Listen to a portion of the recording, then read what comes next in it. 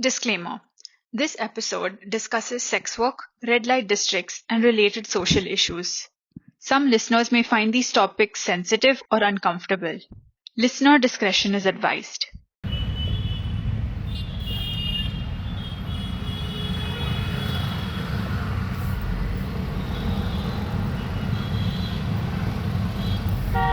Our cities have meaning and are carefully constructed out of our histories.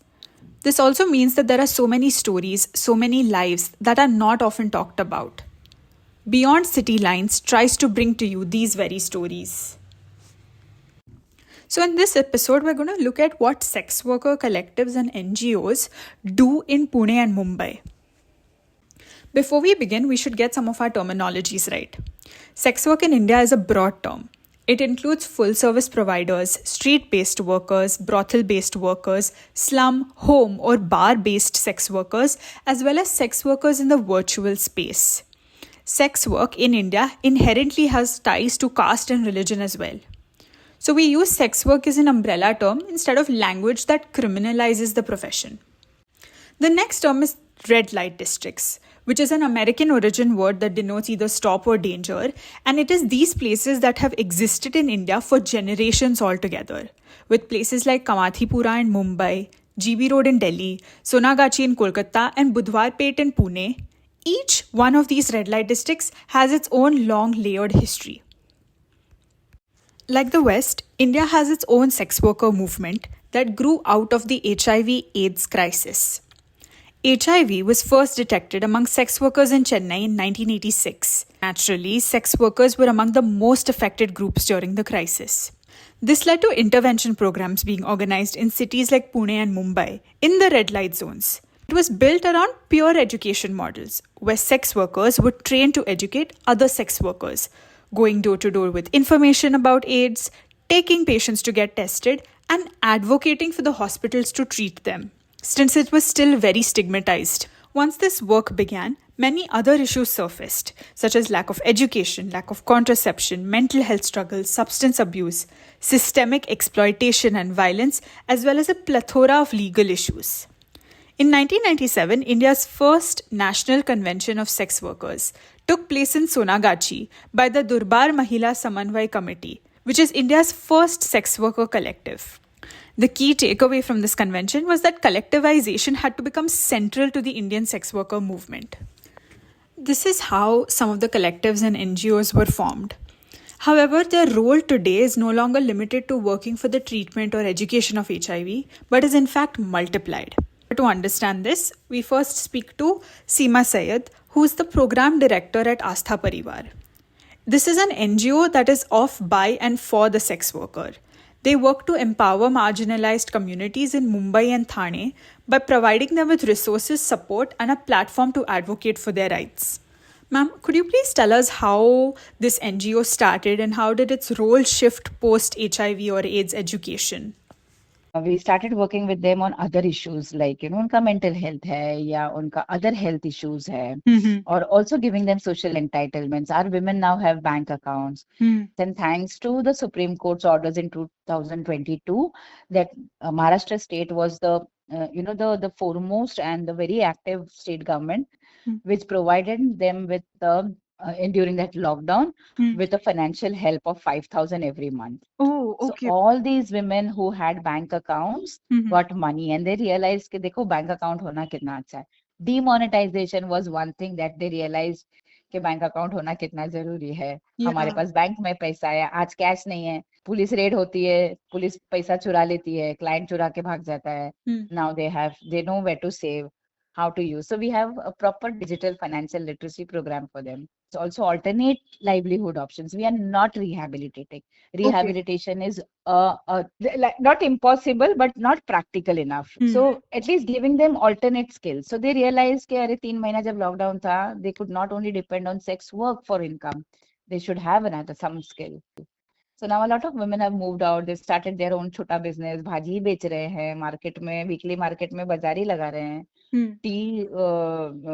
Tea stall लगाया है कहीं पे.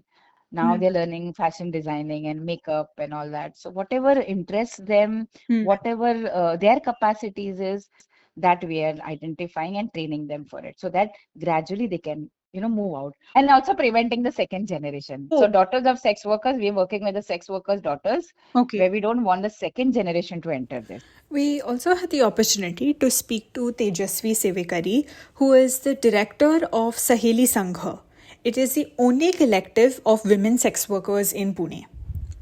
So, ma'am, Saheli was registered as an NGO in 1998. Can you take me through some of the things that the collective does today? We are very much into financial literacy, basic literacy for sex workers, complete education support for the children of sex workers, sending them to the schools, hostels, vocational training, everything. And trying to place them somewhere. And alternate and supportive livelihood for sex workers, that has also been on our agenda. Because the demand was there, especially after COVID, women were started really thinking of having some supportive income for them. Otherwise, they can't sustain just doing sex work. So all those things started. Then we started training women for other skills. Then that was there. We still have HIV, but we started focusing on sexual and reproductive health of sex workers as well since last 12 to 15 years. Mental health was also one of our agenda, which we try to implement several interventions and activities around it. We have successfully implementing Clean Red project, which is the name of the project, where sex workers are working as cleaning workers in the red light area. They're actually sweeping the roads and collecting garbage from the brothels. So, but now everything is getting cleaned up, and women got a substantial livelihood because they are on the payroll of the company through which we are implementing this project. It's a CSR supported project. So now the question arises, why is all of this done? The broader goal is to decriminalize sex work in India. For most sex worker collectives, decriminalization sits at the heart of their demands. But there's an important distinction that we have to make here. Legalization versus decriminalization. Legalization regulates an activity within a controlled or licensed space, whereas decriminalization simply removes the criminal penalties. For example, until 2018, consenting same-sex relations between adults was criminalized in India, and now it is not. But when it comes to sex work, it's a little more murkier. From my conversations with the collectives, one major shift has become clear. There's a growing number of women who are entering sex work voluntarily. Yet, the Indian law still assumes that all sex workers are victims of trafficking, which leaves very little room for acknowledging voluntary entry into the profession. But there's also the broader systemic issue of social mobility. Once someone becomes a sex worker, society makes it incredibly difficult for them to leave that identity behind.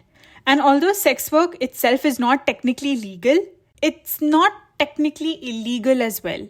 There's a range of related activities that are criminalized, such as soliciting, running a brothel, or even living off a sex worker's earnings. These laws effectively criminalize the ecosystem around sex work, so it traps the workers in the cycle of vulnerability. Decriminalization will not by itself solve the very, very real problem of trafficking that India faces. The definition and scope of decriminalization has to be crafted very carefully.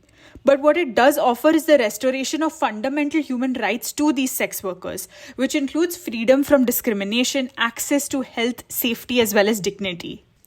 Sex work, sex workers' rights, and sex worker movement in India is a very broad intersectional topic. This podcast only covered the stance today, which is what the legal battle ahead looks like and what sex worker collectives are trying to do. I hope this brings more scope for conversations about this community.